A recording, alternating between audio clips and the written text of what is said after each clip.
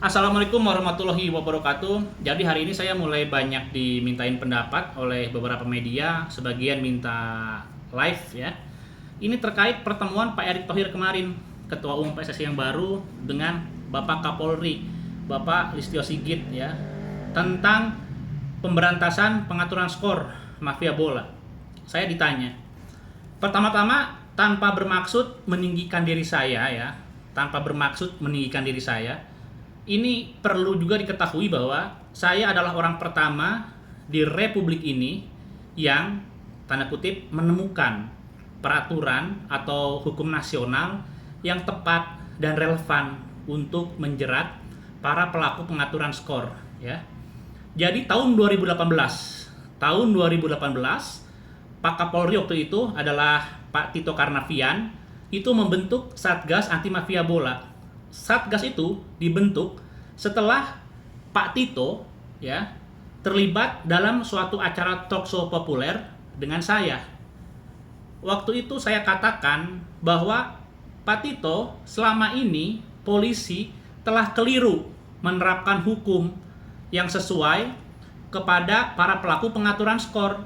Nah, jadi sebelum tahun 2018, sebelum dibentuk Satgas Anti Mafia Bola itu, para pelaku pengaturan skor, para pelaku suap itu selalu lepas ya, nggak bisa diproses hukum. Karena apa? Karena para polisi waktu itu menerapkan aturan yang salah gitu. Jadi ini kan kita bicara dalam konteks hukum pidana ya. Jadi tidak terpenuhi unsur-unsurnya. Mereka menggunakan undang-undang tipikor ketika menangkap para pelaku suap. Salah satu hal terpenting dalam Undang-Undang Tipikor adalah kerugian negara, ya unsurnya itu kerugian negara. Nah ini nggak terpenuhi dong, kalau pakai Undang-Undang Tipikor tidak terpenuhi ya, makanya para pelaku dilepas. Anda bayangkan dalam waktu puluhan tahun ya pengaturan skor itu jelas ada, nyata, tapi tidak ada satupun yang bisa diproses hukum karena polisi dan juga saya juga aneh ya, saya nggak ngerti ya. Anda bayangkan ada ribuan polisi, ada ribuan jaksa, ada ratusan profesor pidana, ya. Itu mereka nggak tahu kalau ada satu hukum yang bisa diterapkan untuk menjerat pelaku suap pengaturan skor, ya. Hukum apa? Yang saya maksud adalah Undang-Undang Nomor 11 Tahun 1980. Nah, undang-undang ini memang unik ya. Undang-undang ini hampir atau nyaris tidak pernah digunakan. Bahkan juga kalau kita telusuri putusannya juga bahkan nggak ada ya, maksudnya sebelum pengaturan skor ini menggunakan undang-undang ini nyaris tidak ada kasus yang menggunakan penerapan Undang-Undang 11 tahun 80 ini. Padahal undang-undang ini masih berlaku ya, karena nggak dicabut oleh undang-undang lainnya dan juga tidak direvisi, tidak diganti, jadi masih berlaku. Sistem hukum kita seperti itu ya. Jadi kalau ada undang-undang walaupun sudah tua tapi itu tidak dicabut, tidak direvisi, itu masih berlaku. Contoh Undang-Undang Perkawinan tahun 74 masih berlaku. Undang-Undang tentang agraria tahun 60-an masih berlaku. Demikian pula Undang-Undang Nomor 11 tahun 80 tentang suap ya. Ini masih berlaku dan ini relevan ya. Jadi saya nggak baca lagi tapi saya masih ingat betul ya. Kenapa undang-undang ini relevan dan masih bisa sangat digunakan? Dia ini menjerat para pelaku suap ya, meliputi pemberi suap, penerima suap, lalu juga bisa menjangkau atau yurisdiksinya melampaui teritori Indonesia. Jadi para pelaku yang berada di luar Indonesia ya, seperti kita ketahui, itu kan disinyalir otak-otaknya itu kan ada di Malaysia, ada di Singapura ya. Ini bisa dijerat karena ketentuan pasal ini, salah satu ketentuan undang-undang ini, salah satu pasalnya memuat bahwa bisa atau menjangkau juga para pelaku suap di luar wilayah Indonesia gitu. Lalu kategori suapnya ini ya, para pelakunya ini meliputi profesi, tentang hak dan kewajiban. Jadi sangat relevan gitu ya. Sangat relevan dilakukan atau diterapkan kepada para pengatur skor sepak bola. Dan yang terpenting ini nggak bicara tentang kerugian negara ya. Jadi bagi siapapun yang menerima suap, melakukan suap, bertentangan atau tidak sesuai dengan hak dan kewajibannya, itu kena. Nah, sejak itulah ya, ketika Prof. Tito mendengarkan penjelasan hasil penelitian saya, Prof. Tito langsung malam itu ya, di acara Mata Najwa, langsung membentuk atau mencanangkan Satgas Anti Mafia Bola gitu. Nah, sejak itulah ya, untuk pertama kalinya orang-orangnya bisa ditangkap. Nih mungkin silahkan baca berita ya, ada Mbah Putih ya dan lain sebagainya itu ditangkap menggunakan undang-undang itu gitu.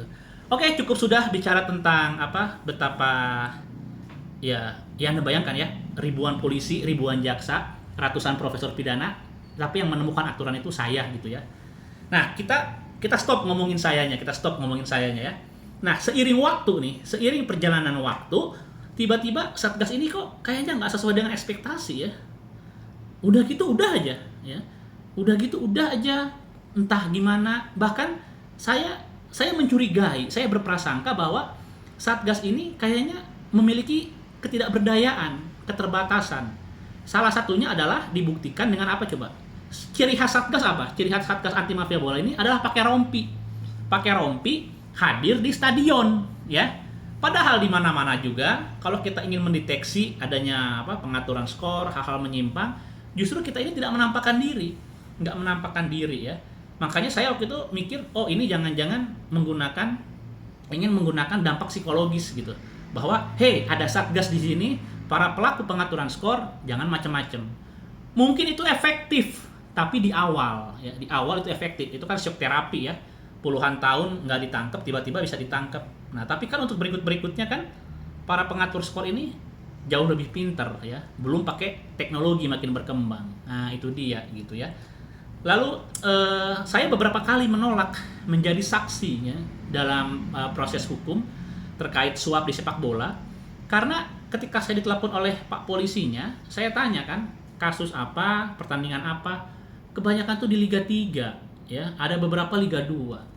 Sedangkan ya saya pikir aduh itu mah receh ya, apalagi Liga 3 itu receh lah, itu uang 2 juta, 3 juta ya, ngasih ke wasit segala macam. No, bukan itu yang saya maksud ya. Match fixing yang kita bicarakan, yang ganas menjadi kanker, merusak sendi-sendi sepak bola, itu lebih sistemik, jauh lebih gila, jauh lebih luas. Kita berhadapan dengan mafia gitu ya, yang jaringannya bukan cuma di dalam negeri, tapi sampai keluar. Nah, makanya bukan saya gitu, kalau untuk Liga 3, Liga 2, bukan saya gitu ya. Saya waktu itu sempat nanya ke Pak polisinya, Pak, jangan Liga 3 terus dong, bawa sekali-kali Liga 1 ke saya bilang. Bapak bisa ngasih fakta hukum, lalu juga orang-orangnya dan lain sebagainya. Nanti saya jelasin modus-modusnya, motif-motifnya, cara-caranya gitu. Tapi sampai hari ini nggak pernah ada tuh Liga 1 ya kan. Liga 1 yang sampai heboh terus, memang otaknya terus terskema, berjaringan dan lain sebagainya, belum pernah gitu loh. Nah, apa solusinya Kang Eko? Ada, cuma solusinya jangan sekarang dong ya. Jangan sekarang solusinya. Nanti aja ya. Karena kalau misalkan diceritain sekarang, ntar mudah terdeteksi juga gitu ya. Nanti aja deh. Oke, gitu aja. Tapi saya suka ya. Saya suka dengan gesturnya Pak Erick Thohir. Serius tuh ya. Berapa hari kepilih langsung mencanangkan perang lawan mafia bola, dan udah betul menggandeng negara ya, menggandeng polisi, sudah betul. Karena apa? Karena instrumen hukum yang paling efektif untuk memerangi mafia bola ini bukan sistem hukum komunitas. Kalau komunitas kan ke dalam ya, sanksinya administrasi, skorsing dan lain sebagainya, pengurangan nilai, digradasikan ya. Tapi jauh lebih itu, ini tindakan pidana loh, diatur di hukum nasional gitu ya. Jadi kualitas SDM, penyidik, penyelidik kita harapkan jauh lebih cerdas melampaui para penjahatnya, begitu ya. Tapi saya suka Pak Erick Thohir, good ya, well done. Juga Pak Listio Sigit, saya waktu itu ingat ya, waktu Pak Tito jadi Kapolri, Pak Listio Sigit ini adalah Kabar Eskrim ya. Lalu Pak Hendro Pendowo ya, salam hormat juga buat Anda. Tapi harus lebih canggih nanti ya Pak ya, Satgas anti mafia bola. Nggak cukup pakai rompi di stadion ya, harus punya pola-pola mendeteksi. Lalu kalau misalkan bandar ini ketahuan, mengejar segala macam. Oke, assalamualaikum warahmatullahi wabarakatuh.